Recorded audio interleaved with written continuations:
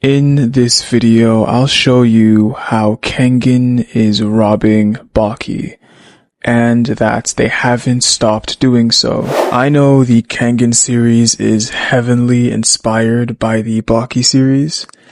It's like the Dragon Ball to the big three of Shonen Jump. But this is getting out of hand. Let me explain. The main transformation of the Baki story being the demon back. The Kengan story takes the idea of the transformation and changes it up, calling it possessing spirits or advance. And the user gets red skin. Not only that, they use the transformation aspect to expand the story. That's where you have the Kure clan and the advanced being made to go against the Kure clan. It's like, wow. And that could just be a coincidence. But the next one isn't. Baki Dao was made at 2014. Okay. And the manga introduced cloning into the story. For Kengan, they literally confirmed cloning in Kengan Omega, the sequel manga, and that manga was made at 2019, 5 years after the Baki Dao manga was made. And for now, everything in Kengan Omega is about clones. You see here, it's getting a little sketchy for Kengan. Somebody in the comments will say, what's wrong with taking an idea and implementing it in your own story in a unique way? Well, I'll tell you, there's nothing wrong with that.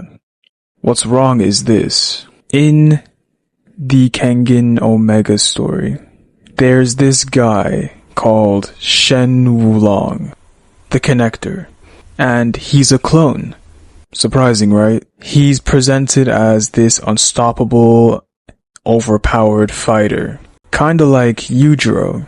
And I'm thinking, that's okay. I like the idea. But in chapter 236 of Kengan Omega, the clone of the connector, who is also a clone, was saying that Shen has the power of an entire nation's military. Same as Yujiro.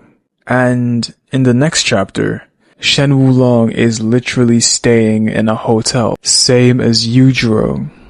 Look, I'm not saying a Kengan character can't reach that level of power or live in a hotel. It's just that it's taking all these bits and pieces from Baki in which Kengan could end up trying so hard to be like Baki that its own uniqueness would be dull and uninteresting. I'm just contemplating it being too similar to Baki. I don't think any other combat sports oriented manga is doing what exactly Baki or Kengan is doing. And Kengan just feels like it's copying Baki.